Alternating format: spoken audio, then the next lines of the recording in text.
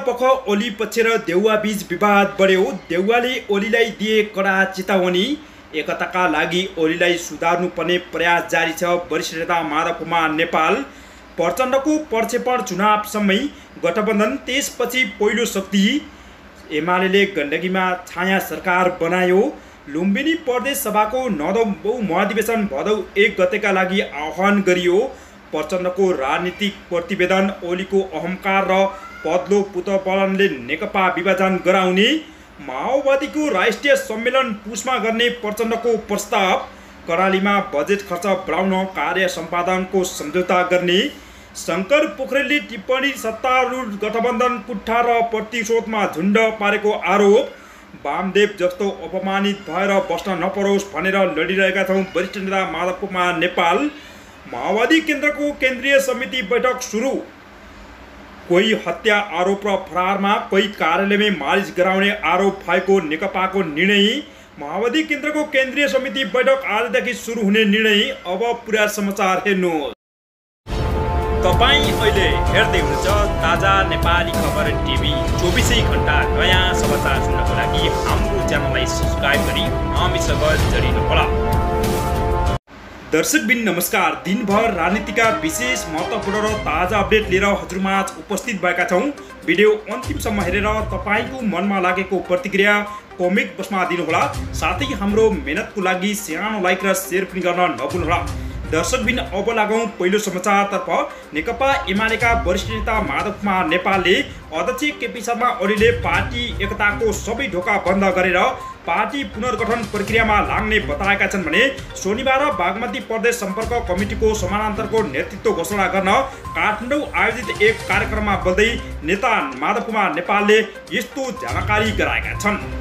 अब लागौँ अर्को समाचारतर्फ। कर्णाली प्रदेश सरकारले बजेट कार्यान्वयनको आकार बढाउन कार्य सम्पादन सम्झौता गरेको छ भने चालु आर्थिक वर्षमा विनियोजित बजेट 100% कार्यान्वयन गर्ने लक्ष्यका साथ मुख्यमन्त्री महेन्द्र बहादुर साईले विभागीय मन्त्रीहरूसँग शुक्रबार कार्य सम्पादन सम्झौता गरेको हुन्।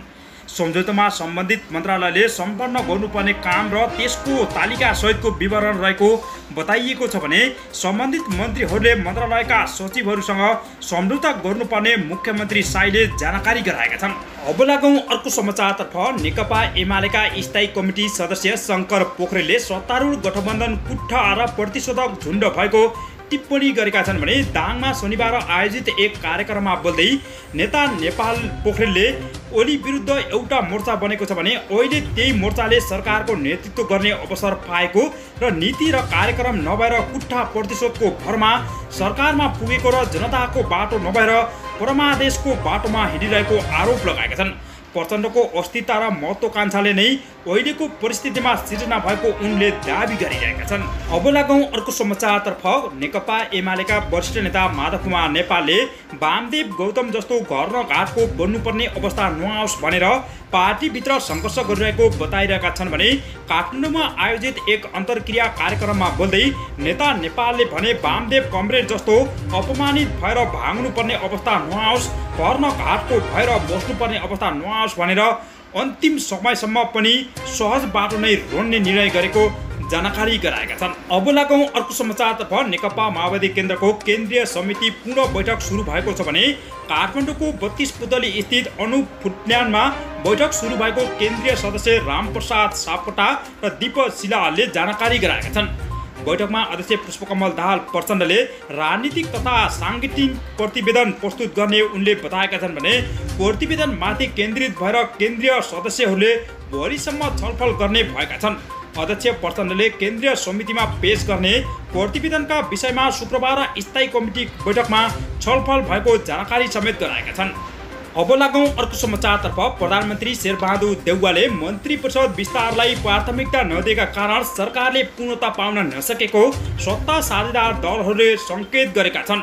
दर्शकबिन सत्तारूढ गठबन्धनमा रहेका नेकपा माओवादी केन्द्र, जनता समाजवादी पार्टी शीर्ष नेताहरूको प्रधानमन्त्री देउवालाई कुन मन्त्रालय कसलाई दिने भन्ने नटुङ्गाएकै कारण नयाँ सदस्य सरकार बनेको 1 महिनासम्म पनि मन्त्री परिषद विस्तार हुन नसकेको जानकारी गराएका छन्। अब लागौँ अर्को समाचारतर्फ। नेपाली काङ्ग्रेसको केन्द्रीय कार्यालयमा आफ्नै पार्टीका नेता कार्यकर्ताको घेराबन्दीमा परेको छ भने पार्टीको क्रियाशील सदस्यता सम्बन्धी विवाद पार्टी नेतृत्व सम्बोधन नगरेका कारण सानेपा स्थित काङ्ग्रेस केन्द्रीय कार्यालयमा 1 महिना यता आफ्नै पार्टीका नेता कार्यकर्ताले घेराबन्दीमा राखेका छन्।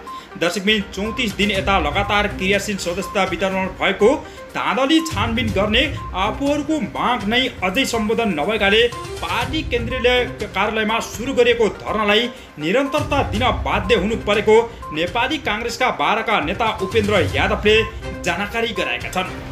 अब लागौँ अर्को समाचारतर्फ। पार्टीले आफूहरूलाई अपहेलना गरेको भन्दै नेपाली काङ्ग्रेसका 22 जना आम मन्त्री केन्द्रीय सदस्यहरूले सामूहिक राजीनामा दिएका छन्। पार्टी सभापति शेरबहादुर देउवाको निवास बुढानीलकण्ठमा जारी केन्द्रीय समिति बैठकमा उनीहरूले शुक्रबार राजीनामा दिएका हुन् भने कृष्ण किशोर घिमिरे सभापति देउवालाई संयुक्त राजीनामामा पत्र समेत बुझाएका छन्।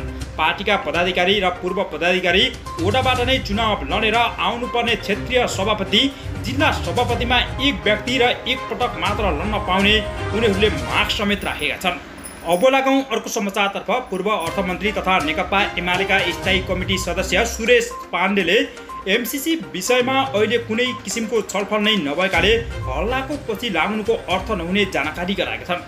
सर्लाहीको बागमतीमा प्रेस चौतारीमा नेपाल आयोजना गरेको पत्रकार भेटघाटमा नेता पाण्डेले नेपालमा आउने जुनैसुकै सहयोगदातासँग पनि कुनै न कुनै सम्झौता हुने गरेको बताएका छन् भने एमसीसीमा सदनमा लगेर गलत गरेको उनले तर्क समेत गरेका छन्। एमसीसी भन्दा ठुल्ठुला सहयोगका परियोजना सरकार आफैले स्वीकारेको उनको भनाइ छ भने एमसीसीको सम्बन्धमा पनि शर्तका बुदाहरू केलाएर देशको हित विपरीत हुने बुदा हटाई सम्झौता गर्नुपर्ने नेता पाण्डेको भनाइरहेको छ।